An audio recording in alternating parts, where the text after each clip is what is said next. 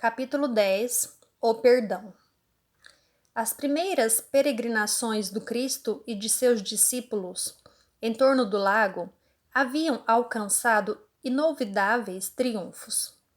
Eram doentes, atribulados que agradeciam o alívio buscado ansiosamente. Trabalhadores humildes que se enchiam de santas consolações ante as promessas divinas da Boa Nova. Aquelas atividades, entretanto, começaram a despertar a reação dos judeus rigoristas, que viam em Jesus um perigoso revolucionário. O amor que o profeta Nazareno pregava vinha quebrar antigos princípios da lei judaica. Os senhores da terra observavam cuidadosamente as palestras dos escravos que permutavam imenso júbilo, proveniente das esperanças num novo reino que não chegava a compreender. Os mais egoístas pretendiam ver no profeta generoso um conspirador vulgar, que desejava levantar as iras populares contra a dominação de Herodes. Outros presumiam na sua figura um feiticeiro incomum que era preciso evitar. Foi assim que a viagem do mestre a Nazaré redundou numa excursão de grandes dificuldades, provocando de sua parte as observações quase amargas que se encontram no Evangelho, com respeito ao berço daqueles que o deveriam guardar no santuário do corpo. Não foram poucos os adversários de suas ideias renovadoras que o precederam na cidade minúscula, buscando neutralizar-lhe a ação por meio de falsas notícias e desmoralizá-lo, argumentando com informações mal alinhavadas de alguns nazarenos. Jesus sentiu de perto a delicadeza da situação que se lhe criara com a primeira investida dos inimigos gratuitos de sua doutrina, mas aproveitou todas as oportunidades para as melhores ilações na esfera do ensinamento. No entanto, o mesmo não aconteceu a seus discípulos. Filipe e Simão Pedro chegaram a questionar seriamente com alguns senhores da região, trocando palavras ásperas em torno das edificações do Messias. As gargalhadas irônicas, as apreciações menos dignas, lhes acendiam no ânimo propósitos impulsivos de defesas apaixonadas. Não faltavam os que viam no Senhor um servo ativo do espírito do mal, o inimigo de Moisés, uma secla de príncipes desconhecidos ou de traidores ao poder político de Antipas. Tamanhas foram as discussões em Nazaré que os seus reflexos nocivos se faziam sentir fortemente sobre toda a comunidade dos discípulos. Pedro e André advogavam a causa do mestre com expressões incisivas e sinceras. Tiago aborrecia-se com a análise dos companheiros. Levi protestava, expressando o desejo de instituir debates públicos, de maneira a evidenciar-se a superioridade dos ensinos do Messias em confronto com os velhos textos. Jesus compreendeu os acontecimentos e calmamente ordenou a retirada, afastando-se da cidade com tranquilo sorriso. Não obstante a determinação e apesar do regresso a Cafarnaum, a maioria dos apóstolos prosseguiu em discussão, estranhando que o mestre nada fizesse, reagindo contra as envenenadas insinuações a seu respeito. Daí a alguns dias, obedecendo às circunstâncias ocorrentes naquela situação, Pedro e Filipe procuraram avistar-se com o Senhor, ansiosos pela claridade dos seus ensinos. Mestre, chamaram-vos servo de Satanás e reagimos prontamente, dizia Pedro com sinceridade ingênua. Observávamos que, por vós mesmo, nunca oporíeis a contradita, ajuntava Filipe, convicto de haver prestado excelente serviço ao mestre bem-amado. E por isso revidamos aos ataques com a maior força de nossas expressões. Não obstante o calor daquelas afirmativas, Jesus meditava com uma doce placidez no olhar profundo, enquanto os interlocutores o contemplavam, ansiando pela sua palavra de franqueza e de amor. Afinal, saindo de suas reflexões silenciosas, o mestre interrogou: Acaso poderemos colher uvas nos espinheiros? De modo algum me empenharia em Nazaré numa contradita estéril aos meus opositores. Contudo, procurei ensinar que a melhor réplica é sempre a do nosso próprio trabalho, do esforço útil que nos seja possível. Nesse particular, não deixei de operar na minha esfera de ação, de modo a produzir resultados à nossa excursão à cidade vizinha, tornando-a proveitosa sem desdenhar as palavras construtivas no instante oportuno. De que serviriam as longas discussões públicas, inçadas de doestos e zombarias? Ao termo de todas elas, teríamos apenas menores probabilidades para o triunfo glorioso do amor e maiores motivos para separatividade e odiosas dissensões. Só devemos dizer aquilo que o coração pode testificar mediante atos sinceros. Porque, de outra forma, as afirmações são simples ruído sonoro de uma caixa vazia. Mestre, atalhou Filipe quase com mágoa, a verdade é que a maioria de quantos compareceram às pregações de Nazaré falava mal de vós. Mas não será vaidade exigirmos que toda a gente faça de nossa personalidade elevado conceito? Interrogou Jesus com energia e serenidade.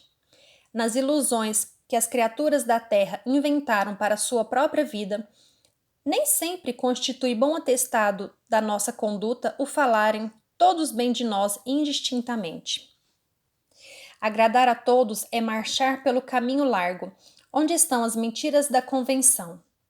Servir a Deus é tarefa que deve estar acima de tudo e, por vezes, nesse serviço divino, é natural que desagrademos aos mesquinhos interesses humanos. Filipe, sabes de algum emissário de Deus que fosse bem apreciado no seu tempo? Todos os portadores da verdade do céu são incompreendidos de seus contemporâneos. Portanto, é indispensável consideremos que o conceito justo é respeitável, mas antes dele necessitamos obter a aprovação legítima da consciência, dentro de nossa lealdade para com Deus.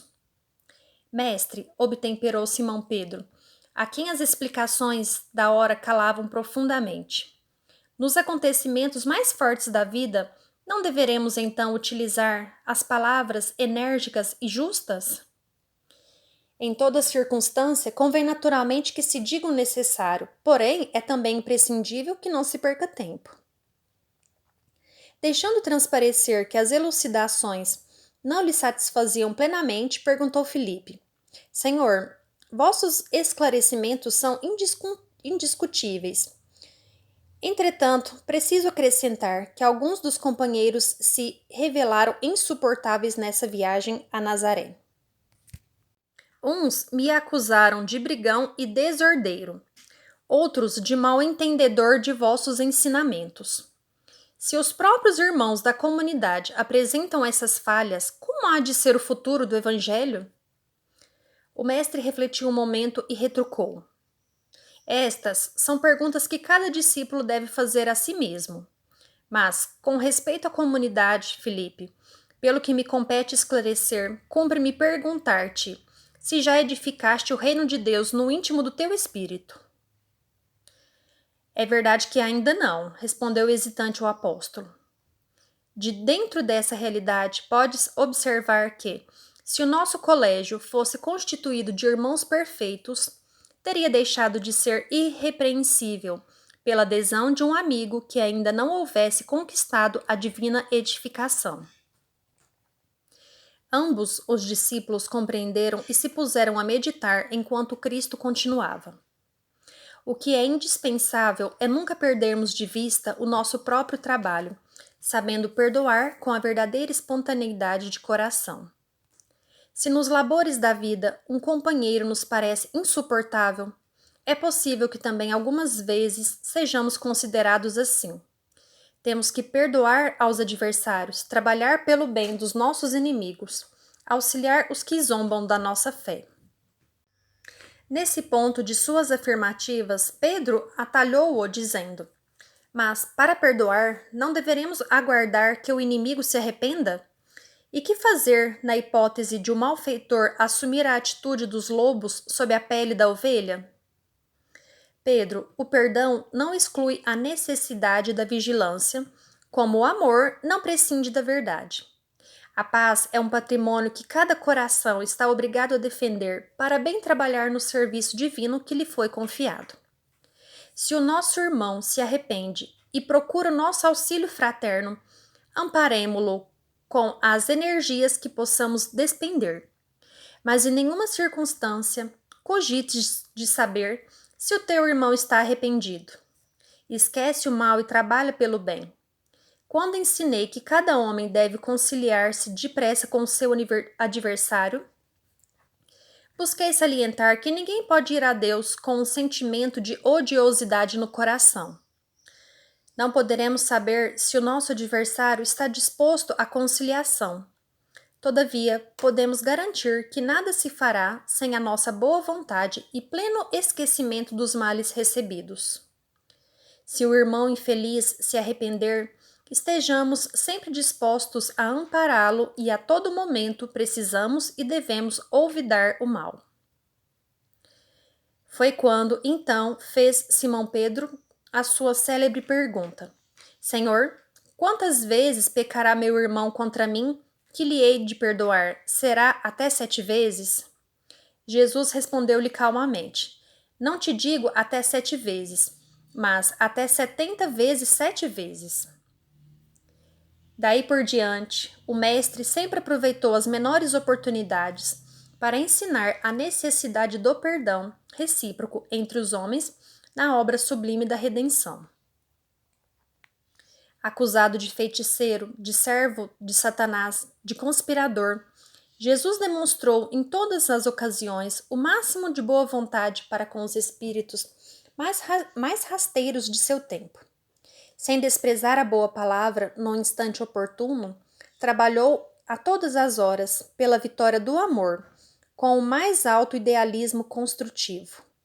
E no dia inesquecível do Calvário, frente aos seus perseguidores e verdugos, revelando aos homens ser indispensável a imediata conciliação entre o espírito e a harmonia da vida, foram estas as suas últimas palavras: Pai, perdoa-lhes, porque não sabem o que fazem.